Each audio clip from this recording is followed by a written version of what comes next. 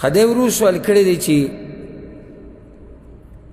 په دې خبره خو موږ رسېدلي یو چې په بیه کې او په یو شي خرڅولو اخیستو کې په دروغو قسم د لویه ګناه ده، خو چې سړی رښتینی وي نو په بیه کې قسمونه کولی شي او که نه، چې رښتینی وي او د الله په نوم قسم خوري نو دا به روایي او که دا به ناروا وي.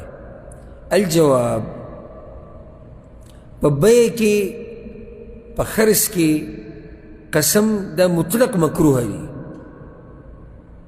که دی رښتینی او که دی دروغجنی، خو صرف فرق دا دی که دروغجنی نو دا بیا مکروه معنی حرام دی، ګناه ده چې دروغجنی او قسم خوري دا خو واضحه او لویه ګناه ده، وړه ګناه هم نه ده، لویه ګناه ده.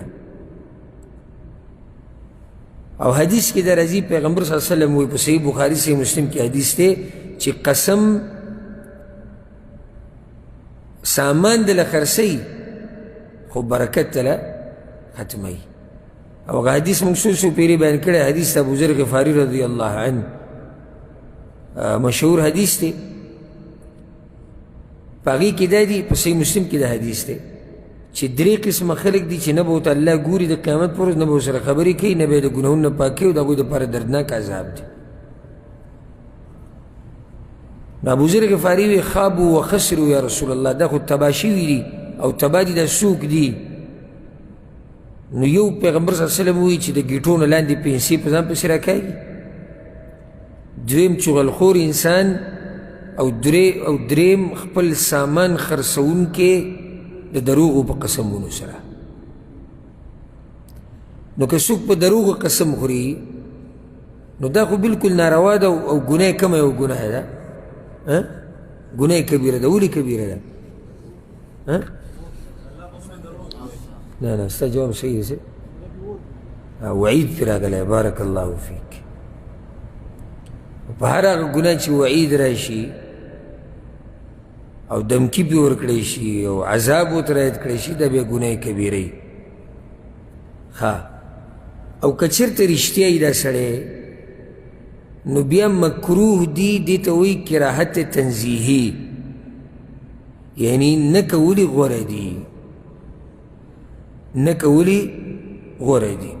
ولې؟ ځکه چې ګوره د الله دا نوم دې دپاره نه دی چې ته پرې د دنیا سامانونه خرڅوې را خرڅوې. لکه الله په قرآن کې ولا تجعلوا الله عرضة لایمانکم، د الله دا نوم د خپلو قسمونو لپاره یو نښه مه ګرځوئ چې بس ډزو د الله نوم یاد دی، ډزو د الله نوم یاد دی. خو ډېر عظیم رب دی، ستا سامان د 100 دی، د 100 روپو دی، 200 روپو دی، ته پکې د الله نوم په مخه یادوې. په الله مې د قسم وي چې راوړی مې، او په الله مې د قسم وي چې اصلي دی، او په الله مې د قسم وي چې بل نشته، او ته به رښتینی. ولې د الله د نوم په مخه یادوې؟ ولې؟ د الله د نوم قدر پکار دی. څه ضرورت دی چې ته دې ځای کې قسمونه خورې؟ کیس راغی، مسله جوړه شوه، فیصله د هغه جدا مسله ده، خو د دې یو نیم دوکاندار د جبې په دې سر قسم پروت وي او وایي زه رښتینی یم، که رښتینی یم بیا به ته هم ځان ساتې. د الله د نوم قدر دا دی چې ته به د دنیوي معمولي سامانونو دپاره نه یادې. او ځکه حدیث کې راځي، امام مسلم هم راوړی دی، امام احمد هم راوړی، پیغمبر صلی الله علیه وسلم وایي ایاکم، ځان لرې ساتئ د ډېرو قسمونو نه په بیه کې. وایي دې سره خو سامان خرڅ شي خو برکتونه ورسره ختمېږي. دا حدیث عام دی، ځان ساتئ د قسمونو نه، که هغه رښتینې قسمونه دي او که هغه د دروغو قسمونه دي. د دروغو قسمونه خو ګناه کبیره ده، هغې خو سخت وعید راغلی. که ته رښتینی او قسم خورې بیا هم مه خوره. ولې؟ ځکه د الله نوم خو دې دپاره نه ته به دنیوي سامانونه خرڅوې. نو په الله مې د قسم او بل نشته او دقه دی او بس دقه ریټ دی او دغه باندې مې راوړه 2 ریاله پیدا او 15 ریاله پیدا.